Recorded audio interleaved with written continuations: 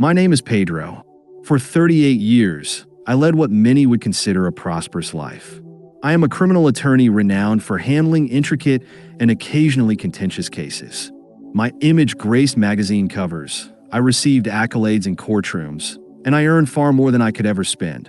I owned a beautiful home in one of the city's most elite neighborhoods, enjoyed a 20-year marriage with Sarah, an amazing woman, and had 2 teenage sons who always gave my life purpose, at least during the brief moments I could be present.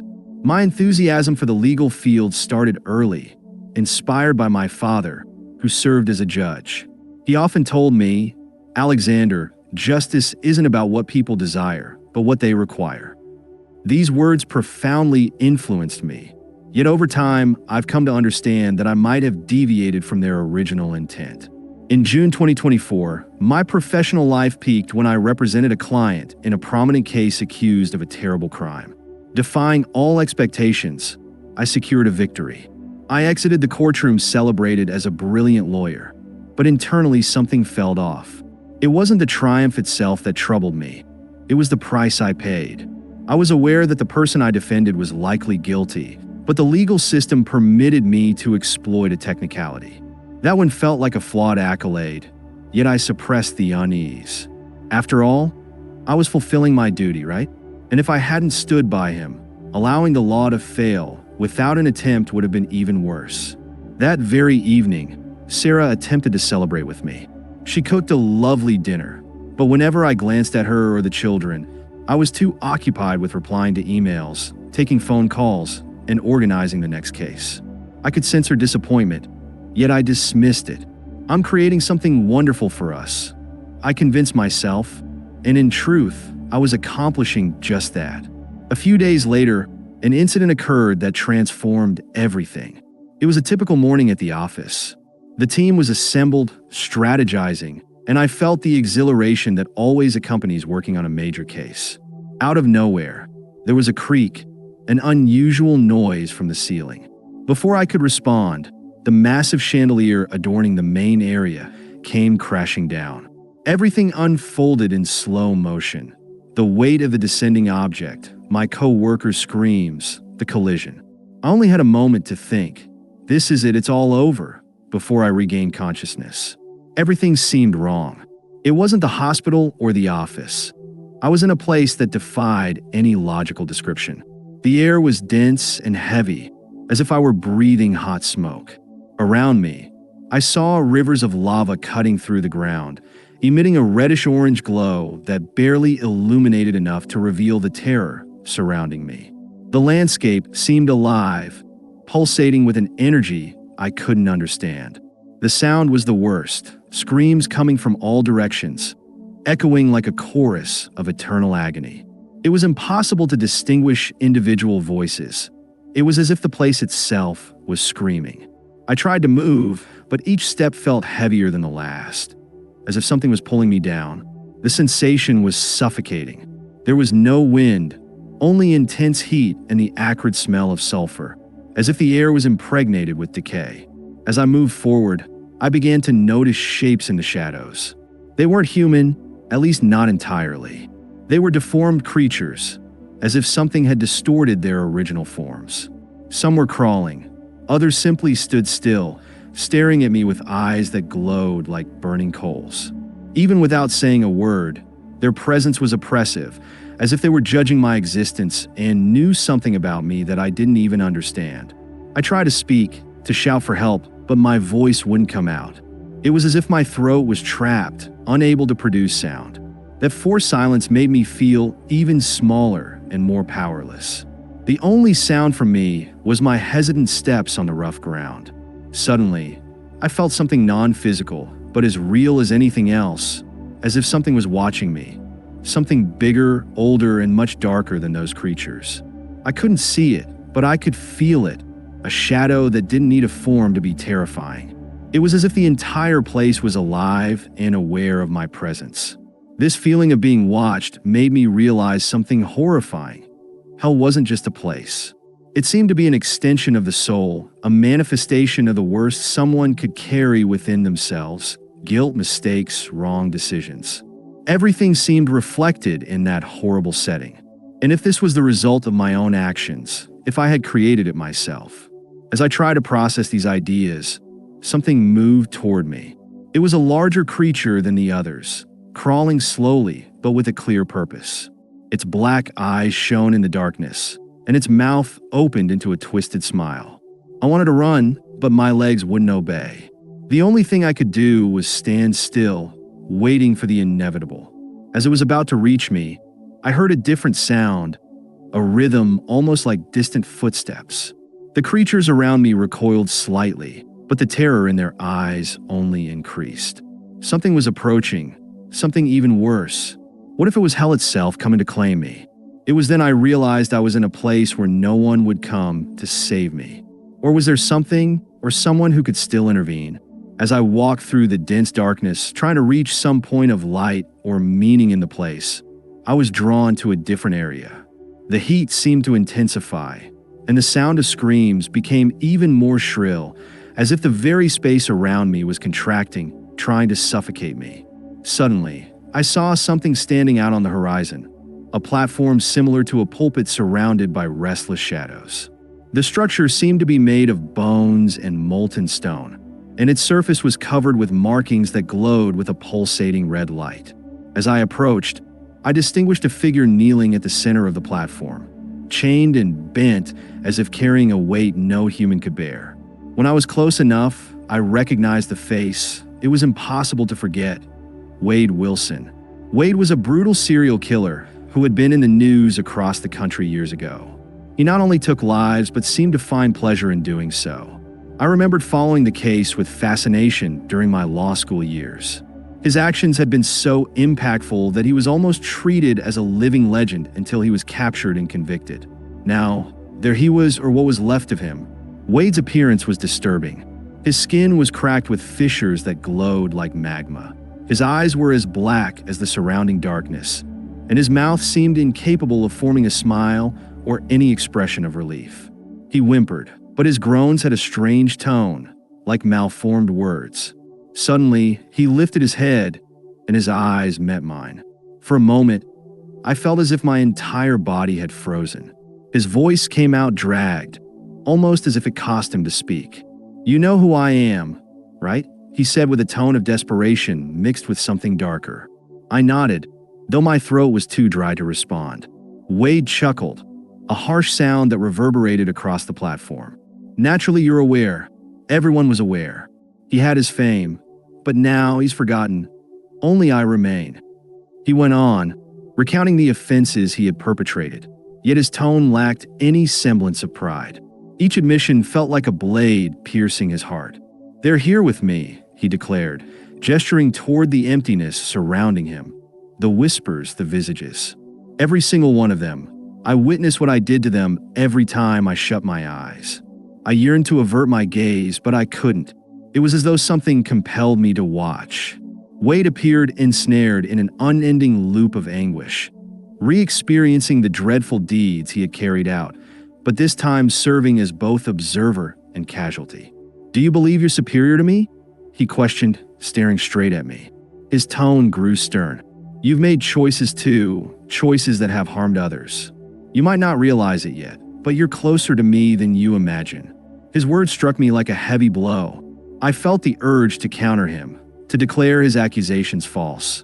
Yet a part of me recognized the validity in his statement. If my actions also bore repercussions I couldn't perceive, as Wade spoke, the shadows around the platform began to move again, as if they were alive, reacting to his words. Wade started to groan louder, and his chains tightened, dragging him downward before he disappeared into the darkness. "Do you think you're safe?" "No one is safe here, not even you," he shouted before vanishing. I stood there, panting as the shadows slowly dissipated, but what Wade had said continued to echo in my mind. I had also made decisions, I had also hurt others, and if he was right, and if in some way I was heading toward the same fate as him, before I could react, the darkness around me grew even denser. I felt a presence approaching, not like Wade or the creatures I had seen before. This was something greater, something much older, and I knew with a terrifying certainty that there was no way to escape. The presence around me was overwhelming, as if the very environment was alive. It wasn't something I could see, but I felt it, a force invisible that seemed to penetrate deep into my soul. The air was thick and heavy, and each breath was an effort. Suddenly, a voice resonated, powerful and authoritative, but not hostile. It was a voice that carried an indescribable force, capable of breaking through any barrier. "You saw Wade Wilson," the voice said. "Now you understand the fate of those who surrender to darkness." I looked around, desperate to find the source of the voice, but it seemed to come from everywhere, filling the space with its presence. "Who are you?" I asked, my voice trembling. "It doesn't matter who I am," the voice replied. "What matters is what you need to learn." Before I could react, the space around me began to change. Images emerged from the darkness, as if an invisible screen was forming before me. I saw scenes of Wade's crimes, each detail more disturbing than the last.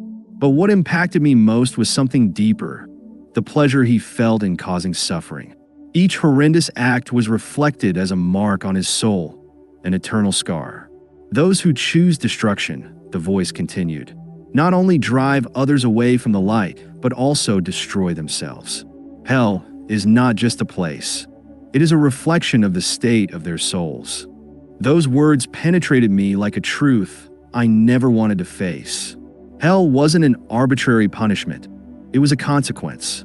It was as if all wrong decisions, selfishness, and negligence created a cycle of pain from which it was impossible to escape. "And you, Alexander," the voice called my name with an intensity that made me shudder. "What decisions have you made? What lives have you impacted with your actions or inactions?" Images began to surface, this time related to me. I saw Sarah waiting alone at night because I chose work over family. I saw the disappointed looks of Lucas and Emily when I missed important moments. I saw the important aspects of their lives and saw the faces of the victims of my clients whose lives were impacted by my victories in court. My hands were trembling and my knees were giving way. Am I walking towards the same destiny as Wade? I thought, with fear growing inside me like an unbearable weight. The voice spoke again, this time softer but still laden with authority. "There is still time, Alexander, but time is not infinite. What you do from now on will determine where you go." Before I could respond, the weight of that presence began to lessen. The darkness receded, and a soft light emerged in the distance, as if calling me. I stood up, feeling that each step towards the light was a decision to move forward, but the words of the voice echoed in my mind, etched into my soul. The light ahead grew, cutting through the oppressive density of darkness around me. Each step towards it seemed to alleviate the weight in my chest, but also brought a growing sense of reverence, as if I was about to find something incomprehensibly powerful. Finally, the light took shape, intense and impossible to look at directly. The energy emanating from it was not just heat or brightness, it was life. It was as if everything in that place was being transformed by its presence. When the figure emerged in the center of the light, my knees gave way. It was a man, but not like any man I had seen before. He radiated authority, strength, and compassion simultaneously. His eyes, indescribable, seemed to penetrate the deepest parts of my soul. I knew without a doubt that I was standing before Jesus. "Alexander," he said, calling me by name, and in that instant, all my mistakes, failures, and sins surfaced. There was no way to hide anything from him. I fell to my knees, my trembling voice barely managing to murmur, "I am not worthy." He approached and, with a tenderness that contrasted his grandeur, touched my shoulder. "You have strayed from the path," he said, "but there is still time to return." Images began to appear as before, but this time not only of mistakes and failures. I saw moments of love, kindness, and hope, moments that should have been nurtured but were neglected. Sarah waiting for me at the door, Lucas holding a soccer ball, Emily laughing at something I didn't notice. Everything seemed so simple, so full of meaning, but I let it pass. "You lived for yourself," he continued with a firm yet merciful voice, "and you forgot those who needed you most." His words pierced my heart. Tears streamed down my face, and I could barely speak. Finally, I managed to ask, "Is it too late to change?" Jesus knelt down to my level and held my face. He didn't say anything yet, but with a gentle smile, he said, "I came to offer you a choice. Return to me, rebuild what has been broken, and I will be with you every step of the way." Those words brought a hope I hadn't felt in years. It wasn't just an invitation, it was a promise. I knew that accepting it would mean transforming my entire life, but in that moment, I had no doubts. I whispered, "I want to return. Help me change." He stood up, and as he did, the light around him spread throughout the place. The shadows and creatures disappeared, and the previously suffocating air became light. "This will be a difficult path," he said, "but you will never be alone." He began to move away, the light expanding to surround everything around me before fading away completely. His last words echoed in my mind, "Don't let this chance go to waste." When I reopened my eyes, I found myself looking at the white ceiling of a hospital. I had made it back. The hospital's illumination was stark and clinical, yet to me, it felt like a fresh start. I blinked several times, trying to adjust my vision as the noises around me became clearer. I heard familiar and enthusiastic voices, but everything felt distant, as if I were still caught between two worlds. My sight gradually sharpened, and then I saw Sarah, my wife, sitting beside the bed. Her eyes were red from crying, but her expression was one of sheer relief. Alexander whispered, gripping my hand tightly as if he feared losing me again. His words pierced an invisible barrier within me, making me realize how much I had overlooked that simple moment, the touch of someone who loved me. Before I could respond, my children entered the room, followed by the doctor. The youngest, Lucas, appeared frightened, while Emily, the eldest, tried to stay strong, though her eyes revealed the fear she still felt. I wanted to speak, but my throat was dry, and only a hoarse voice came out. "I'm okay," the doctor said, checking my vital signs. "You had a serious accident, but it's a miracle you're here. The lamp could have caused fatal injuries." He continued explaining my recovery, but I could barely listen. My mind was fixed on what had happened before waking. The hell, Wade Wilson, and above all, the light and the words of Jesus. After the doctor left, Sarah leaned towards me with tears streaming down her face. "We thought we'd lost you," she said. "You were unconscious for 3 days, but I knew you'd come back." I squeezed her hand tighter, trying to contain the emotions growing inside me. I saw things. I began, but my voice failed. How could I explain what happened? How to put into words something so deep, so supernatural? She just nodded, as if she wanted to give me time. In the days following my recovery in the hospital, I had plenty of time to reflect. Jesus' words echoed in my mind. "Rebuild what has been broken. Do not waste this opportunity." The truth was painful. I had wasted so much time chasing achievements that now seemed insignificant. All the success, the awards, the praise, none of that mattered. What truly mattered was my family, waiting patiently for me. One night, while Sarah slept on the couch beside me, I finally spoke to God. It wasn't a long or formal prayer, but a simple and sincere request. "Help me to change," I whispered. "I don't know where to start, but I want to try." The next day, I felt something different. It wasn't a complete change, but a small flame of determination. When Sarah woke up, I held her hand and looked directly into her eyes. "I need to apologize," I said with a firmer voice than I expected. "For everything, for putting my work above you, for not being the husband and father you deserved." She tried to interrupt, saying she didn't need me to explain, but I insisted. "No, Sarah, you deserve to hear it. I promise I'm going to change. I don't know how yet, but I will do whatever it takes." Those moments in the hospital were the beginning of something new. It wasn't just about surviving the accident. It was about understanding that the second chance I had received wasn't just for me, but for those I had neglected for so long. I knew the path would be difficult, but for the first time in years, I felt that I was on the right track. When I was finally discharged, I didn't leave the hospital as the same man who had entered. The vision of hell and the encounter with Jesus were not just experiences I could ignore. They had transformed me, and now it was my responsibility to live according to the calling I had received.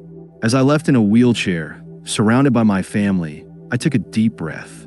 I had returned to the real world, but I knew my life would never be the same, and this time I was willing to make the most of every second. After leaving the hospital, my home felt different.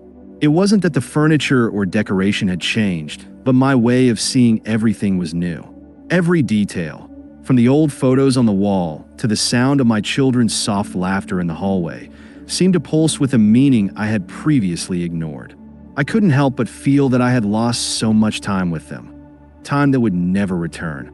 But on the other hand, I felt that I still had a chance and I was not going to waste it. That night, as Sarah set the table for dinner, I asked everyone to sit down. Lucas and Emily looked at me with curiosity, and Sarah watched me with a mix of apprehension and hope. I took a sip of water, trying to find the right words. "I have something to tell you," I began, feeling my voice tremble slightly. "I know I haven't been the husband or father you deserve. I spent years putting my work above everything, believing I was doing it for us, but the truth is, you were coming second." I paused, trying to control the emotion threatening to overflow. "I want to ask for your forgiveness, and I want to change." Lucas, my youngest son, looked at me with wide eyes. "You're going to stop working, Dad?" he asked, innocently disarmed. I smiled. "I can't stop completely, son, but I'm going to learn to balance. I'm going to be here for you, no matter what." Emily, always more reserved, finally spoke. "We just want you to be with us, Dad. We don't need anything else." Those words were like a blow to the heart, but in the best way possible. They were so simple, and it had taken me so long to realize. Sarah placed her hand over mine, and in her touch, I felt the relief of someone who had waited for this moment for years. After that conversation, I made a decision to reconnect with my family. It wasn't just a promise, it became my priority. I started with simple but meaningful gestures. I began picking Lucas up from school every day, something that had previously seemed impossible in my routine. On weekends, I took Emily out for lunch, just the two of us, to listen to her dreams and fears, things I had never taken the time to ask about before. Before Sarah, I started reserving nights for the two of us without distractions, no emails or calls. At first, it felt strange. There was an awkward silence as we faced the moments I had neglected. But little by little, something began to change. Laughter became more frequent, and conversations flowed more naturally. Lucas began showing me the drawings he made, and Emily started talking about her friends and her plans for university. It was as if the invisible barrier I had built was finally starting to crumble. A significant moment occurred one night when Lucas asked me to help him with a school project. It was an assignment about families, and he needed to write about what it meant to have one. As he spoke, I realized his words were not just for the task. They were a reflection of how he felt family is when everyone is together, even if it's not always perfect. He said, looking at me with a shy smile, "And Dad is always there in the important moments." Those words stayed with me. I knew I still had a long way to go, but the fact that my son could say that showed I was on the right path. With Sarah, the process was slower, not because she didn't love me, but because the wounds I had caused were deeper. One night on the porch, she looked at me with a mix of tenderness and pain. "I've waited so long for this, Alexander," she said. "I waited so much that sometimes I thought you would never come back, but now that you're here, I just want it to be real, to last." I took her hands and looked into her eyes. "This time, I promise it will last. I don't want to live for work anymore, Sarah. I want to live for you." These moments of reconnection taught me something valuable. Love is not just a feeling, it's an action. It's being present, choosing family every day, even when it seems difficult. For the first time in years, I felt like I was building something real.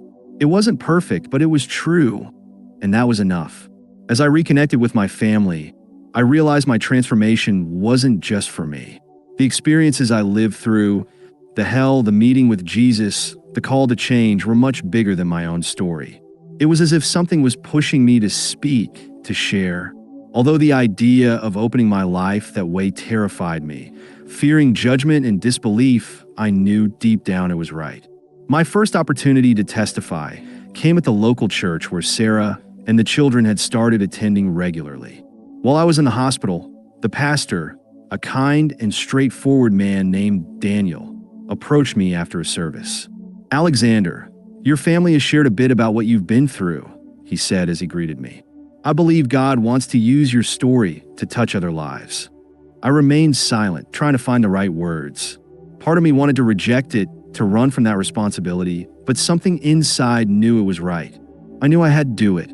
Days later, I was invited to give my testimony at a church meeting. The hall was full, and every face seemed like a blank canvas waiting to hear something. I didn't know how to start. When I stepped onto the podium, my hands were trembling, but I looked at Sarah and the children in the front row, and that gave me courage. I began with a shaky voice. Until recently, I thought I had everything in life: success, money, recognition, but I was actually lost. I spoke about the accident, the hell, the encounter with Jesus, and especially the moment when Jesus found me in that place of darkness. As I spoke, the words began to flow in a way I didn't expect, as if reliving those moments brought even greater clarity about what I needed to say. It wasn't just my story. It was a warning for everyone trapped in their own ambitions and wrong priorities. Jesus showed me something I never wanted to admit. The true hell is not just a place, but what we create with our bad decisions, our negligence, our selfishness. For a long time, I've been building my own hell. By the end of the room, there was silence for a few moments. My heart raced, thinking no one had connected with what I said, but then a young woman in the last row stood up and began to clap. Then everyone else followed. I never expected that reaction, but what truly moved me was when some people approached me after the service. A woman with tears in her eyes held my hand and shared her story, reminding me of my husband. Another older man with a shy smile admitted he never believed in testimony things, but what I said today made sense to him. Those moments made me realize that my story was not just to be told, but to inspire change. It wasn't about me. It was about what God could do through me. As more invitations to share my testimony arose, I felt more comfortable speaking in small groups, community events, and even professional meetings like those for lawyers. In every place, I noticed the impact of the message. Some people came with questions, others with tears, but there was always a common point. They seemed to be searching for something I had also been searching for before finding Jesus. One of the most significant moments was when a young man named Marcos approached me after an event. He was clearly moved, thinking of ending everything that day. He confessed in a trembling voice, but what he said made me believe there might be hope. Those words confirmed that my testimony was more than a personal experience. It was a tool to save lives, to reach people who were as lost as I had been. That night, as I prayed with Sarah by my side, I thanked God for the second chance He had given me and asked for strength to continue using my story to bring light to others. In the end, it didn't matter how many people listened. It mattered that at least one life was transformed. And that was all I needed to keep moving forward. The days following my first testimony were a whirlwind of emotions, joy, gratitude, and above all, a sense of purpose I had never experienced before. But there was also something more, a profound change in how I saw the world. For the first time, I began to notice the fragility of earthly achievements that had long been the center of my life. My routine, once dominated by meetings, deadlines, and late nights in the office, was now guided by a question: does this really matter? Success, recognition, money, all those things I once considered essential now seemed empty, a trap that had distanced me from what truly mattered. I knew I couldn't keep living that way. Something had to change. I started with small decisions, limiting my workload and rejecting cases that demanded more than I could give without compromising my family or my faith. At first, it was strange. I feared it would affect my reputation or that my colleagues wouldn't understand my new stance. But instead, I realized the changes were bringing me something success never did: peace. This new perspective also affected how I treated my clients. I used to see them only as part of the job, cases to win. Now, I saw them as people, often as lost as I had been. Before all this happened, I began to prioritize truth and justice over winning at any cost. Some people didn't understand, but I knew I was on the right path. One morning, while walking with Sarah in the park, She looked at me with a smile and said, "You seem lighter, Alexander. It's like you're finally becoming the man you always could have been." Those words touched me deeply. She was right. I felt for the first time that I was living, not just existing. Each day seemed a new opportunity to start over, to correct mistakes, and to build something that truly mattered. This transformation also reflected in my relationship with God. My prayers, once rushed and formal, became moments of sincere dialogue. I began to seek guidance not just for big decisions, but for every aspect of my life, and gradually learned to trust Him in ways I never had before. However, the path wasn't easy. There were moments of doubt, times when I questioned if I was truly on the right path, and if I was strong enough to maintain these changes. I wondered if I would revert to the man I was before. But in those moments, Jesus' words always came to mind. "I will be with you every step." One night, while reading the Bible, I came across a verse that seemed to speak directly to me. What good is it for someone to gain the whole world, yet forfeit their soul? Matthew 16, verse 26. Those words summed up everything I had been learning over the years. I had tried to gain the world, but nearly lost my soul in the process. Now, I finally understood that true wealth wasn't in the things I accumulated, but in the people I loved and my connection with God. My family also began to reflect this transformation. Lucas and Emily seemed more confident, more comfortable in my presence. Sarah, always so patient, now showed a sparkle in her eyes I hadn't seen before. For years, I realized that the change in me was influencing everyone around me, and that gave me even more motivation to continue on the path I had chosen. One Sunday after service, I sat in the house patio and watched my family gather together. Lucas was playing with the dog, Emily was reading a book on the porch, and Sarah was making lemonade in the kitchen. It was such a simple scene, but so full of meaning. For so long, I had sought grand moments to measure my success. Now I realized that the true success was there in the small things, in the silent moments, in the connections that I finally came to value again. As the sun began to set, I felt a peace I had never felt before. I knew the journey was far from over, but for the first time, I felt that I was living the life I was called to live, and that certainty was all I needed to continue.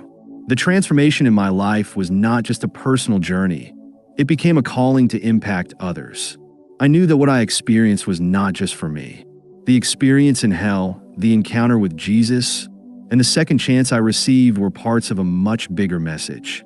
It was time to share that message with the world. I started organizing my personal story in a manner that could connect with diverse audiences. I received invitations to speak at churches, educational institutions, and community gatherings where individuals of all ages and backgrounds listened to my narrative. My intention wasn't to dazzle them with the frightening specifics of hell, but to caution them about the perils of living a life focused on ultimately insignificant matters. During one of the most impactful events, I addressed a crowd of busy professionals much like my former self. Before I began speaking, I glanced around the room filled with familiar faces: attorneys, entrepreneurs, medical practitioners, all displaying the same look of exhaustion and apathy that I was once accustomed to. I commenced by describing my life before the accident, the achievements, the accolades, and how it all overwhelmed me. Then I recounted the moment everything shifted. I was so intent on dominating the world that I failed to notice I was forfeiting my soul. In that bleak moment where everything I cherished held no value, I realized that true prosperity lies not in our possessions, but in what we create with God and with our loved ones. When I concluded, the room fell completely silent. A man sitting towards the back raised his hand. He appeared unsure but ultimately spoke up, saying, "I feel like my life is an endless race, and in the end, I'm not even sure why I'm running." His statement echoed throughout the room, making me understand that my story was starting to have an impact. It wasn't only occasions like these that validated the significance of my testimony. In more intimate interactions with young people or families, I observed individuals becoming emotional, contemplating